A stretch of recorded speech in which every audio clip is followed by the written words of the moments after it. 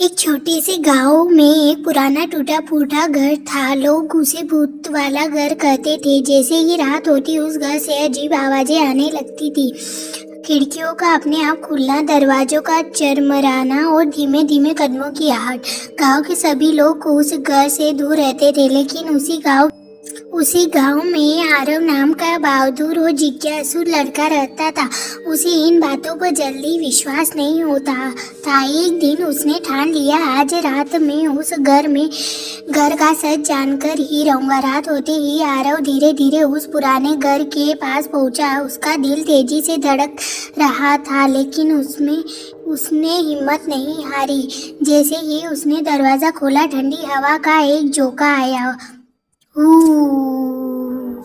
अंदर अंधेरा था, खिड़कियां अपने आप हिल रही थी। अचानक से उसे किसी के चलने की आवाज सुनाई दी, टक टक टक। आरव थोड़ा डर गया, लेकिन उसने आवाज लगाई, कौन है वहाँ?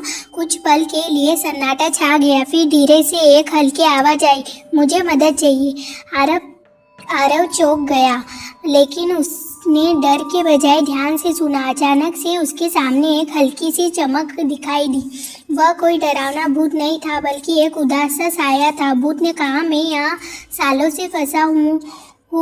मेरी एक अधूरी इच्छा है, इसलिए मुझे शांति नहीं मिल पा रही है। आरव ने पूछा, क्या मैं आपकी मदद कर सकता हूँ? भूत ने बताया कि उसके पास एक पुरानी किताब थी, जिसे वह अपने परिवार तक पहुँचाना चाहता था, लेकिन कभी नहीं बता पाया। आरव ने हिम्मत दिखाते हुए कहा, मैं तुम्हारी मदद करूंगा। अगले दिन आरव ने वह किताब ढूंढी और गांव के एक बुजुर्ग को दी, जो उस भूत के परिवार को जानते थे। जैसे ही किताब सही जगह पहुंची, उस रात फिर आरव उस घर गया। इस बार वह घर में शांति थी। अचानक वही हल्की चमक फिर दिखाई दी। भूत मुस्कुराया और बोला, धन्यवाद, अब मुझे शांति मिल गई। धीरे धीरे वह साया गायब हो गया और घर से सारी अजीब आवाजें बंद हो गई। अब वह घर भूत वाला घर नहीं रहा, बल्कि रहस्य वाला घर बन गया।